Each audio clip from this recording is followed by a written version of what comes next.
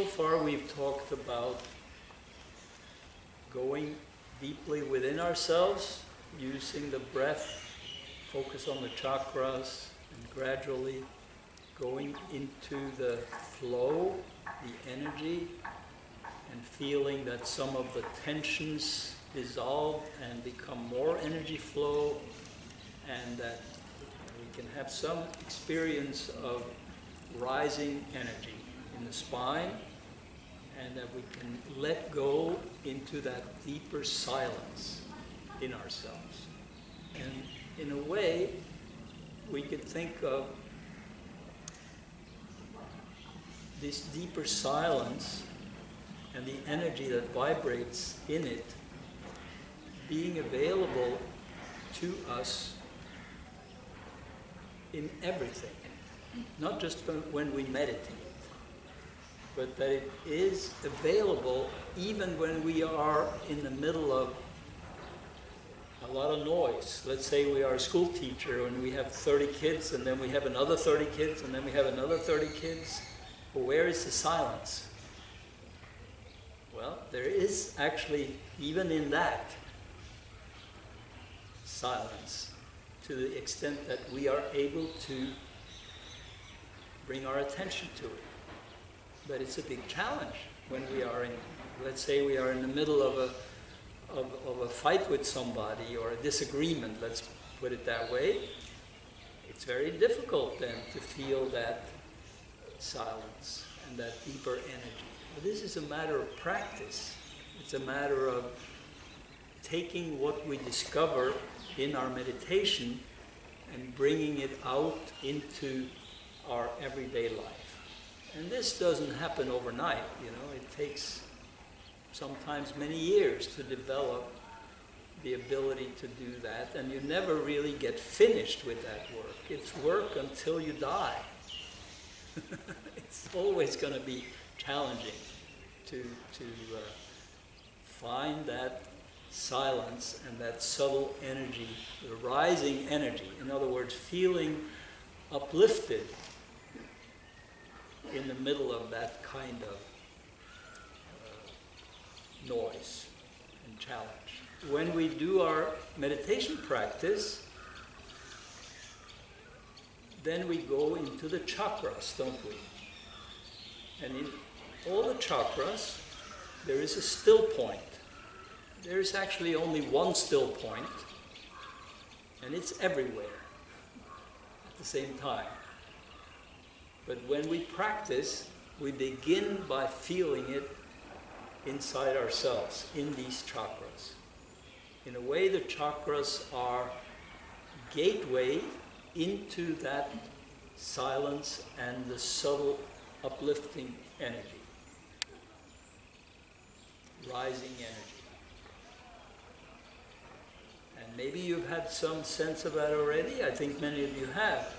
As you start to focus and you go into your heart and you feel the opening, isn't it possible to feel that that heart is a gateway into that silence? Can you begin to sense what that means? Here now it's easier to feel that silence and that rising energy because we don't have as much noise, do we? We don't have so many challenging things. So in that sense, it's really very useful to come to a place like this and to work together on contacting this deeper part of ourselves. But of course, the real challenge over time is to bring that into our everyday life.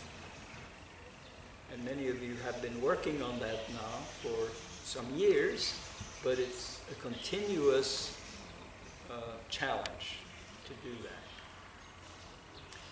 So these chakras are excellent places where we can begin to consciously relate to the still point of existence.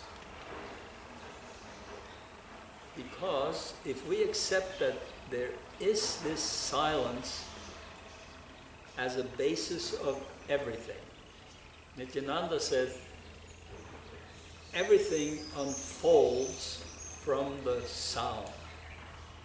And that he was talking about the vibrations, that subtlest of vibration in that silence.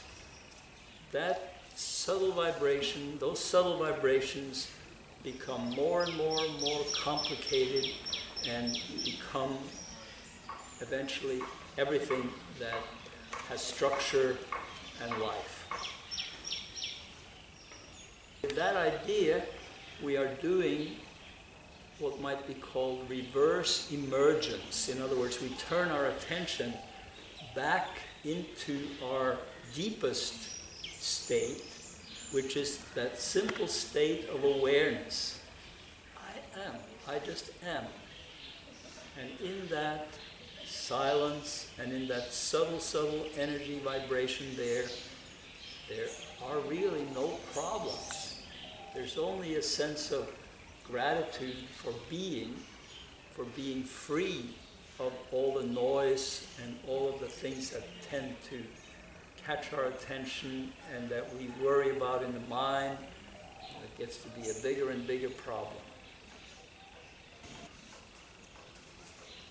So these still points, or chakras, which all have the still point in them, we use consciously in the practice. And the purpose of it is to go from the crude, the physical, into the more subtle. You know, we have a subtle body within ourselves. That is the whole energy structure. And that subtle body is a direct manifestation of the universal energy and that ultimate Shiva Shakti ground. It is important to know that lots and lots and lots of generations of people have been practicing this and have discovered this reality in themselves. Nityananda, of course, a shining example of that. Rudy, another example of that. And we can all be shining examples of that. We can be an example of the fact that it is possible to not be trapped by the noise of existence, but that we can be more and more and more in touch with that deeper place. And we can start to share it with other people, the people closest to us, but beyond. What we can do, as we feel the reality of this in ourselves, as we feel the chakras open into this silence and subtle energy, of course, in order to have that experience, we have to let go of all of the noise and distractions that come up from within us, don't we? We don't have that experience of these gateways unless we let go of all the things that want to distract us. So as things come up, you try to feel into your heart, and then your mind says, oh, well, what am I doing now? What am I going to, oh, this guy did this to me, or this has happened to me, and blah, blah, blah. And then the mind goes and you get caught in that. Of course, this gateway is not going to open. So you'll have to be able to learn, teach yourself, experiment, and gradually learn to do it more and more. And I see that many of you, of course, now have that experience, and you've been reporting back that you have more of that experience. You don't have the distractions as much, so here it is possible to do it more easily.